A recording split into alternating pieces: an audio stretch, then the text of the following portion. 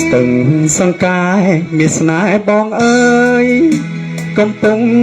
នេះហើយបងលួចមើលអូនគង្គាថ្លាយំផុំធ្លាក់ត្រីស្ងួន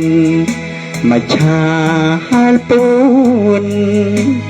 មើលរៀងស្រីមកឆាតូចធំខ្សឹបប្រាប់បងថាអូនល្អដូចផ្កាពីឋានជាលេបើមានវាសនានូតទឹកក្បែរស្រីទុំស្អែកឡើងខ្សាយក៏មិនស្ដាយបងខានឃើញអូនជាងពីសប្តាហ៍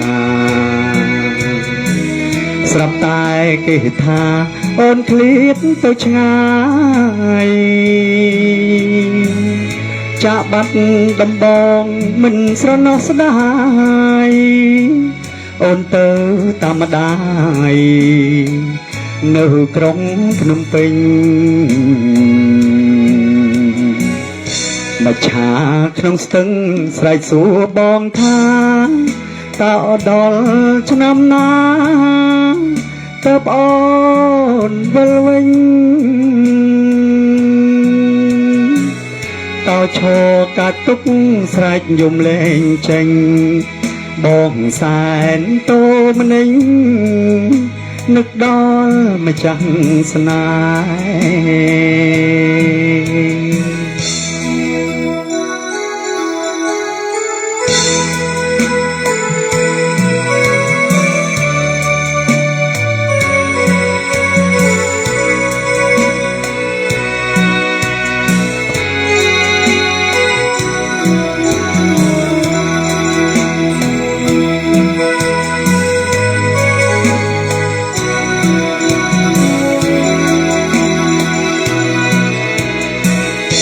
បងខានឃើញអូនជាងពីសប្តាហ៍ស្រាប់តែអូនថាអូនឃ្លាតទៅឆ្ងាយ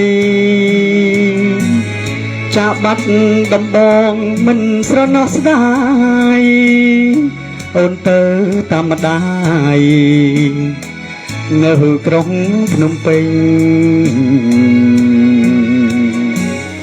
មកឆាក្នុងស្ទឹងស្រែកសួរបងថាតើដល់ឆ្នាំណាតើប្អូ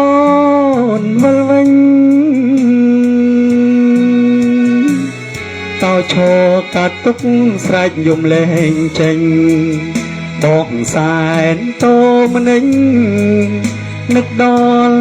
សេស្នេហ៍